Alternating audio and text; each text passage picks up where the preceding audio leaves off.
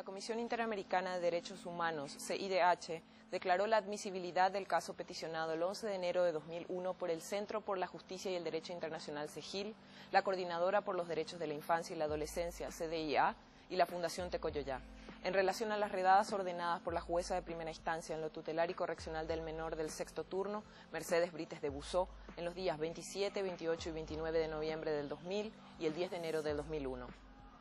Durante esos días, en las calles de Asunción, la jueza había llevado a cabo redadas masivas de menores en situación de calle, produciéndose la detención de 69 niñas y niños de entre 0 y 15 años de edad, sin individualización, así como de varios padres y varias madres.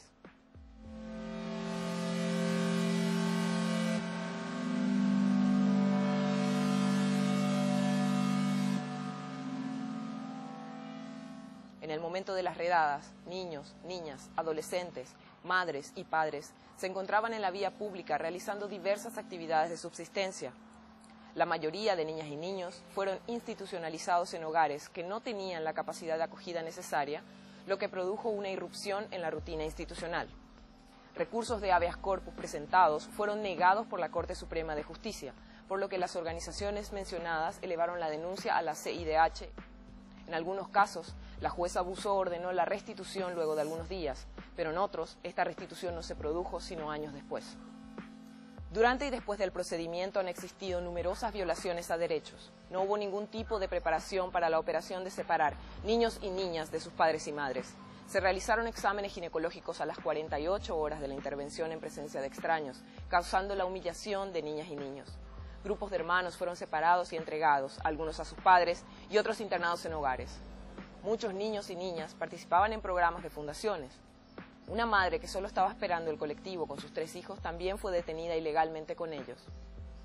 Estos son algunos ejemplos de las numerosas situaciones irregulares que rodearon el operativo carente de criterio judicial y de intención de una verdadera protección a supuestos derechos vulnerados.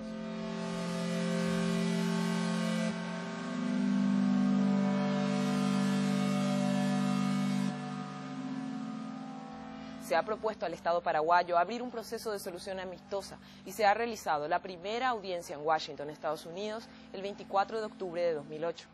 La audiencia fue positiva, habiéndose solicitado varios puntos de reconocimiento público, de reparación a las víctimas, capacitación a jueces y operadores del Poder Judicial, acciones de regularización de la situación de niñas y niños en hogares de abrigo. En el año 2009 se inicia el proceso de solución amistosa del emblemático caso de Cristina Aguayo contra el Estado paraguayo. Otro éxito de la lucha emprendida por CDIA y CEGIL en su camino hacia la reivindicación de los derechos de estos niños y niñas fue la declaración oficial en el mismo año de Abrazo como programa emblemático del gobierno para la atención de niñez en calle. El 16 de agosto de 2011 se firma la solución amistosa del caso Aguayo, estableciendo un precedente invaluable en la restitución de los derechos de los afectados por las redadas en los años 2000 y 2001. Los afectados recibirán una disculpa pública del Estado paraguayo y una indemnización monetaria por las vejaciones a sus derechos y la separación de sus familias.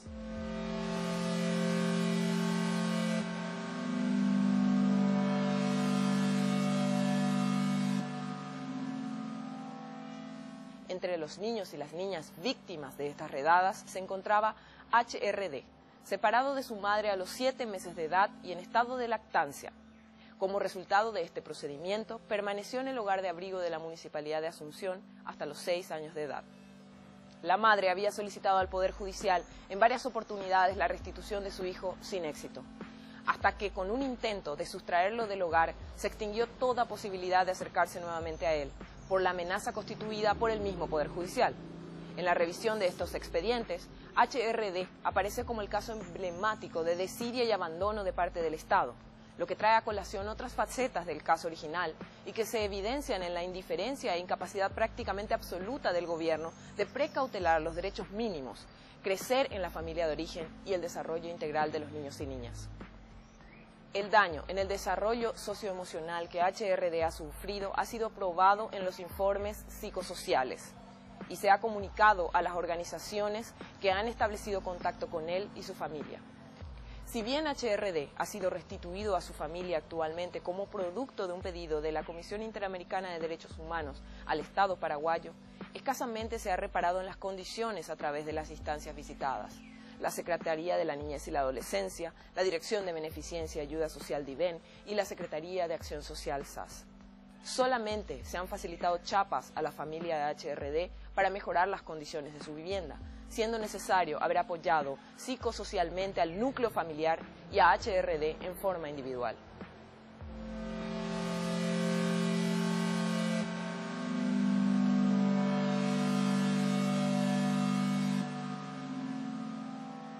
¿Cómo vivieron después de las redadas?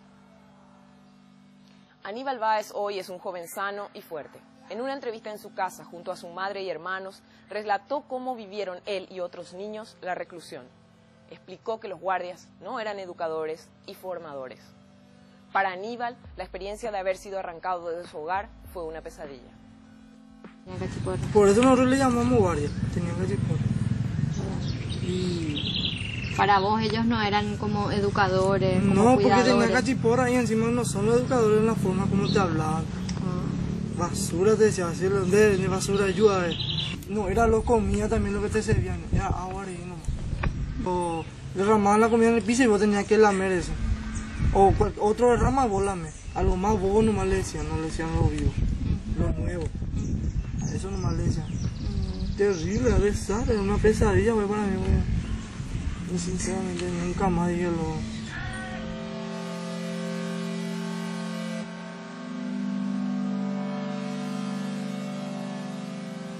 ¿Qué quieren los afectados? María es la madre de Juan Ferreira, uno de los niños recluidos luego de las redadas del año 2000-2001. Sobre la indemnización que recibirán, ella solo habla de la educación que necesita Juan para alcanzar realmente una mejor calidad de vida. Lo que yo digo, creo que es que este sale para que él también pueda estudiar, si es que él quiere, ¿no? Ojalá. Alguno quiere estudiar enfermería, otro sí quiere doctora, eso es muy difícil, ya si uno es pobre, yo digo, ¿verdad? Y con la ayuda de... si es que este objetivo sale, eso es lo que yo quiero que estudie ellos, para que sea también algún día algo en la vida también ellos, para que tenga su profesión también ellos. Porque la profesión es caro también. Hay cosas que no es caro también.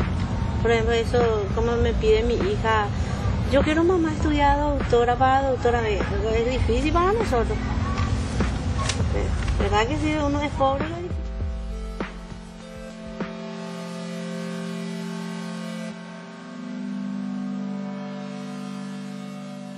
Lourdes Barbosa, del Centro de Estudios en Derechos Humanos, Niñez y Juventud, CENIJU, relata los detalles de las redadas y todo el proceso de lucha para reivindicación de los derechos de los niños, niñas y familias afectadas en este procedimiento.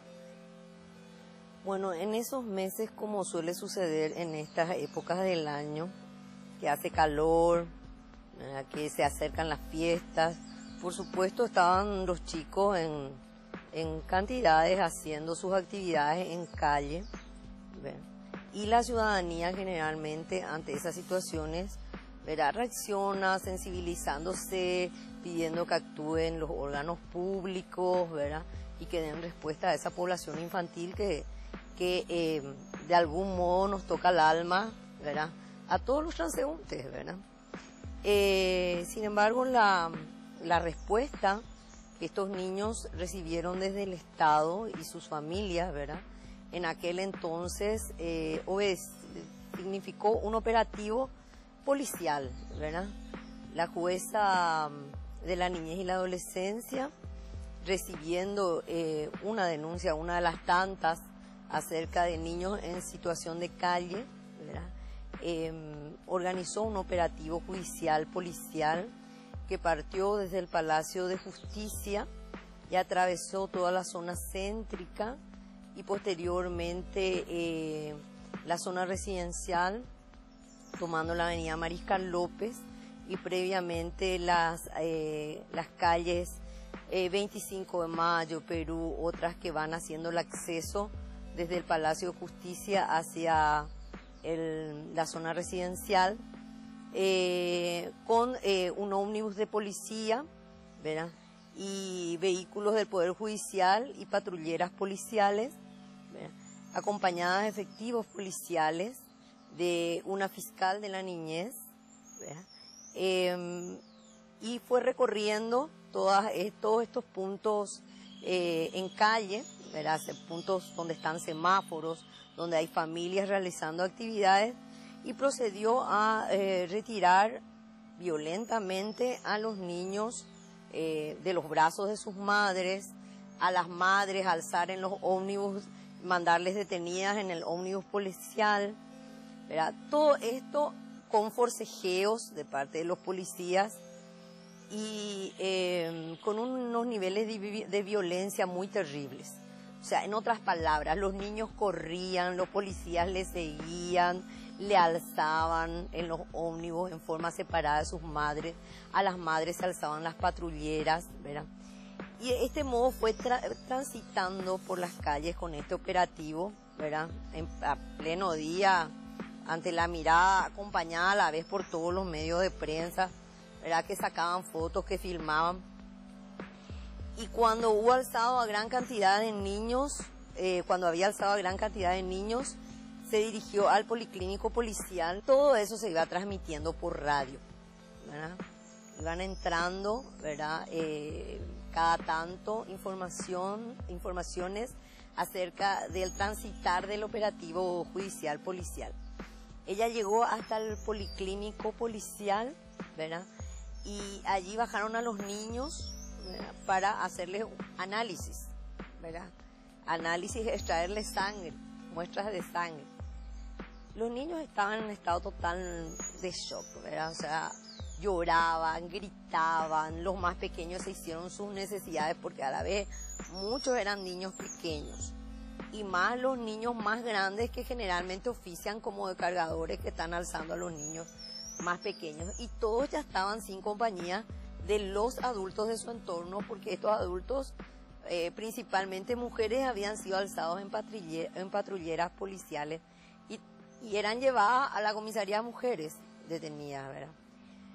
Bueno, en esta situación caótica, en este operativo violento, en este operativo de secuestro del estado de los niños que estaban en calle, ¿verdad? Llegaron los ómnibus de policía, porque eran buses de policía cargados de niños, ¿verdad?